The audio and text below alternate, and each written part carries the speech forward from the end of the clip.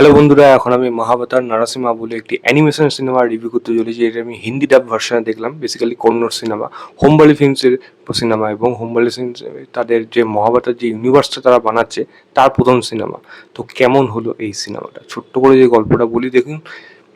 নরসিংহ অবতার, যারা ছোটবেলার থেকে গল্প শুনে এসেছে অ্যানিমেশনে, বিভিন্ন জায়গার লোকে এই খবর জানে, তো গল্প লেভেলে আলাদা কিছু না।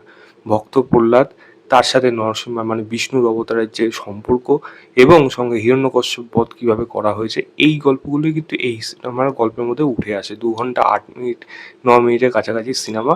এবং এইটুকু বলতে পারি, অ্যানিমেশন সিনেমা ইন্ডিয়াতে যে স্ট্যান্ডার্ড হয় তার থেকে কিন্তু ফার বেটার হয়েছে। তার কারণ হলো শুধুমাত্র কিন্তু মানে ভিএফএক্স কাজ কীরকম করা হচ্ছে, মানে অ্যানিমেশনের কাজ কীরকম করা হচ্ছে তা না, কীরকমভাবে সেটাকে দেখানো হচ্ছে।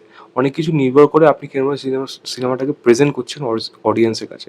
আপনি হতে পারে সেটা ভক্তমূলক করে দুঃখমূলক জায়গা দিয়ে আপনি কিন্তু সেগুলোকে দেখাতে পারেন। মেকাররা কিন্তু সেদিকে যায়নি, অবশ্যই গিয়েছে, ইমোশনাল স্টোরি আছে, সবই রয়েছে, কিন্তু মাঝখান দিয়ে অ্যাকশন রয়েছে, যেই অ্যাকশনটা কিন্তু লোকে সিনেমা হলে দেখতে পছন্দ করছে। এবং যেটা বিভিন্ন জায়গা খবরে বেরিয়ে গেছে যে প্রচুর ইসকনের ভক্তরা তারা কিন্তু এই সিনেমাটা দেখে রীতিমতো তারা মানে হরিনাম করছে। মানে প্রহ্লাদ তো হরিনামই করতো, এবং সেই হরিনামটা কিন্তু সিনেমা হলেও ইসকনের ভক্তরা করছে। তো এই দিকটা কিন্তু বেশ ভালো একদিকে হয়েছে। তবে হ্যাঁ, সিনেমার মধ্যে কিছু জিনিস কিন্তু সেরকম লেভেলে কিন্তু পৌঁছতে পারেনি, কিন্তু মোস্ট অফ দ্য জিনিস কিন্তু এটা আপনাকে সিনেমাতে দেখার মতোই কিন্তু করেছে, কারণ আপনি সেই এক্সপিরিয়েন্সটা কিন্তু সিনেমা হলেই পাবেন। তো গল্প লেভেল তো আলাদা করে কিছু বলার নেই, তবে এইটুকু বলতে পারি হিন্দি ডাবিং যারা করেছে তারা কিন্তু বেশ ভালোভাবেই করেছে। এবং প্রহ্লাদের গলা যেই বাচ্চা ছেলেই হয়তো করেছে বা যেই করে থাকুক, বা এখন তো মানে বোঝা যায় না, মানে আমরা যদি ডোরেমনের কথা বলি তো সে তো এখন অনেক বড় হয়ে গেছে, কিন্তু তবুও তার গলা এখনও সে সেমভাবেই করে দিতে পারে।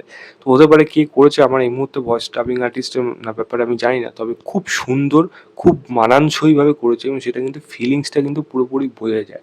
ইমোশনাল জায়গাগুলো কিন্তু বেশ ভালোভাবে সেখানে ওয়ার্ক করে, প্রহ্লাদের দিকগুলো। এবং প্রহ্লাদকে মারার জন্য যে তাকে যে হিরণ্যকশ্যপ যে বারবার তাকে মারার জন্য আদেশ দিচ্ছে, কিছু যে অসুররা তাকে মারতে গিয়ে তারাও কিন্তু সে আবেগে ভেসে যাচ্ছে। তো সেইগুলো কিন্তু খুব সুন্দরভাবে উঠে আসে। বিষ্ণুর অবতার, সেটা বড় অবতার হোক বা সেটা মানে নরসিংহ হোক বা বিষ্ণুর নিজের অবতার যখন এই সিনেমার মধ্যে আসলো, ওরে বস মানে আলাদাই লেভেল। এবং স্যাম সিএস এর মিউজিক, গান যেরকম ভালো, সঙ্গে হিন্দি ডাবিংও গানগুলো যেরকম ভালো, সঙ্গে ব্যাকগ্রাউন্ড মিউজিক যেরকমভাবে ইউজ করা হয়েছে অসাধারণ। এবং অ্যাকশন সেট পিসগুলোকে যেরকমভাবে সেট করা হয়েছে, এটা কিন্তু শুধুমাত্র মানে ক্লাইম্যাক্সের ব্রুটালিটি মানে নেক্সট লেভেল চলে যায় ওটা, মানে আপনি এটা আশাও করবেন না। তো সেরকমও কিন্তু দেখাতে সক্ষম হয়েছে, যেরকম অ্যাকশন, বিজিএম, মানে সেটা স্টাইলাইজেশন এবং সব প্রেজেন্টেশন, সমস্ত কিছুর দিক দিয়ে কিন্তু এই সিনেমাটা কিন্তু লোকের মনের মধ্যে কিন্তু থেকে যাবে। কারণ প্রথম দিকে লোক হয়তো সেভাবে আশা করবে না, আস্তে আস্তে ওয়ার্ড অফ মাউথে সিনেমাটা ভালো হবে। এবং এই ইউনিভার্সের পরের সিনেমা মানে মহাবতার পরশুরাম আসবে, আমার বিশ্বাস পরশুরাম কিন্তু এর থেকেও বেশি ব্যবসা করবে, মানে এটার ওয়ার্ড অফ মাউথ কিন্তু মারাত্মক লেভেলের স্ট্রং, মারাত্মক লেভেলের স্ট্রং। এই সিনেমাটা কোথায় গিয়ে দাঁড়াবে, খুবই কম বাজারে বানানো সিনেমা, 20 থেকে 25 কোটি টাকার মধ্যে বানানো, তো সেখানে তা এই সিনেমাটা অলরেডি সেটা ছাপিয়ে গেছে। এবং এরপরে সিনেমাটা কোন জায়গায় যায়, 100 কোটি হওয়া এই সিনেমাটা জাস্ট সময়ের অপেক্ষা। মানে মানে ইন্ডিয়াতে অ্যানিমেশন সিনেমা কিন্তু এরকম লেভেলে কামায় না, সেটা কিন্তু মনে রাখতে হবে। 50 crores তো আরামসে কামাবে, 100 crores যদি কামিয়ে নেয় আমি কিন্তু অবাক হব না, কিন্তু লং টাইমে এটা অন্তত আরও 2 সপ্তাহ কিন্তু আরামসে চলবে, আরামসে চলবে। তারপরে গিয়ে বড় সিনেমা আসবে, সেইগুলো পরে কথা। বাট এই সিনেমাটাকে কোনোভাবে কিন্তু আপনি হল থেকে মিস করবেন না। যখনই সময় পাবেন একবার গিয়ে দেখুন, ফ্যামিলির সাথে সবার সাথে দেখুন, আরামসে আপনি কিন্তু বাচ্চাদের নিয়ে যান, ভালো লাগবে। কিন্তু এই সিনেমা শুধুমাত্র বাচ্চাদের না, বড়দেরও কিন্তু এই সিনেমাটা ভালো লাগবে, সেরকমভাবেই কিন্তু বানানো হয়েছে অ্যানিমেশন।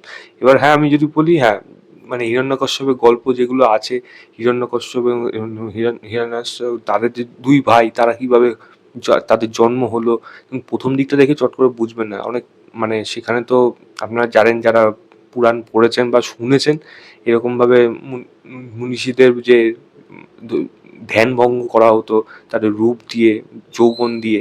তো সেই জিনিসগুলো যেভাবে ডিজাইন করা হচ্ছিল, আমি দেখে ভাবছিলাম না সিনেমাটা এরকম লেভেলে হয়ে যাবে কেন, না, লেভেলে রেখেছে, সেটাকে মেনটেন করে কিন্তু সেই জায়গাটা ব্যালেন্স করেছে।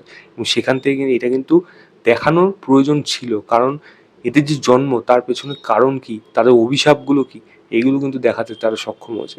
যেখানে কিন্তু মেকার্সরা সব থেকে বেশি মানে মানে ভালো দিকটা উঠে এসছে, মানে খুব ভালোভাবে সেগুলো কিন্তু দেখাতে তারা সক্ষম হয়েছে। ক্লাইম্যাক্স কিন্তু আপনার মনে থেকে যাবে, মানে ক্লাইম্যাক্সের ফাইট এক্সেলেন্ট ছিল ওই জায়গায়, মানে নরসিংহ অবতার এবং হিরণ্যকশ্যপ দারুণ। হিরণ্যকশ্যপও কিন্তু ভালো রকম তার লুকস, তার গেট আপ, তার কস্টিউম যেগুলো করা হয়েছে, সেট ডিজাইন, মানে সেটগুলোকে যেভাবে সেট ডিজাইন করা হয়েছে, প্রত্যেকটা জিনিস কিন্তু ভালো। আপনার কিন্তু খুব ভালো লাগবে এই সিনেমাটা, আমার বিশ্বাস। ছোটোখাটো আরও অন্যান্য অনেক দিক আছে এটার মধ্যে আলোচনা করা যায় এই সিনেমাটাকে নিয়ে। খারাপ দিক যদি বলেন, দেখুন অ্যানিমেশনে কিছু জায়গা আছে, আমি ইন্ডিয়ান স্ট্যান্ডার্ড অনুযায়ী বলবো অনেক বেটার হয়েছে, তবে কিছু জায়গা আছে সেগুলো কিন্তু আরও বেশি বেটার করা যেতে পারতো।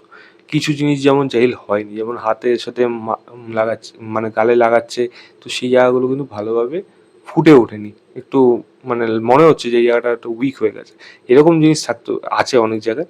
বাট বাকি আমি যদি বলি সিনেমাটা গিয়ে দেখুন, দেখে জানাবেন আপনাকে। আমি সিনেমাটাকে 3.5 দেবো আউট অফ 5। বলবো সিনেমা হলে যান, গিয়ে দেখুন, দেখে জানাবেন আপনাদের কেমন লেগেছে। তো এই ছিল আমার ওভারঅল রিভিউ মহাভারত নারসিমা বলে সিনেমাটা। ভিডিওটা ভালো লাগলে লাইক শেয়ার, চ্যানেলটাকে অবশ্যই সাবস্ক্রাইব করবেন। বাই।